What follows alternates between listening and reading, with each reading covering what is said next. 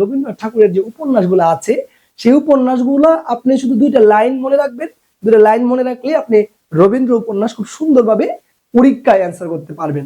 একটু ভালো করে খেয়াল করেন আমি কি লিখেছি এখানে, যে গোরার বউ রাজর্ষির চোখের বালি মালঞ্চ নৌকাডুবিতে মারা যায়। লাইনটি একটু বুঝে পড়বেন।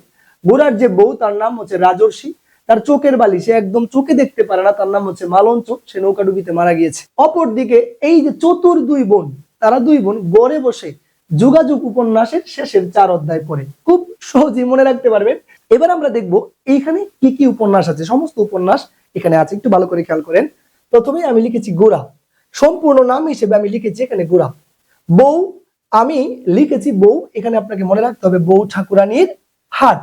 তারপর রাজর্ষি, তারপর হচ্ছে চোখের বালি, মালঞ্চ, নৌকাডুবি, চতুর, চতুর মনে রাখবেন চতুরঙ্গ উপন্যাস। তারপর হচ্ছে দুই বোন, ঘরে, এটা মনে রাখবেন ঘরে বাইরে উপন্যাস। তারপর হচ্ছে যোগাযোগ। তারপরে উল্লেখযোগ্য একটি উপন্যাস রবীন্দ্র উপন্যাস, যেটা হচ্ছে বারবার পরীক্ষায় আসে, পেছনের নাম থাকে কবিতা কিন্তু এটা হচ্ছে উপন্যাস, অর্থাৎ রবীন্দ্রনাথ ঠাকুরের শেষের কবিতা উপন্যাস। তারপর হচ্ছে আমি লিখেছি 4 অধ্যায়।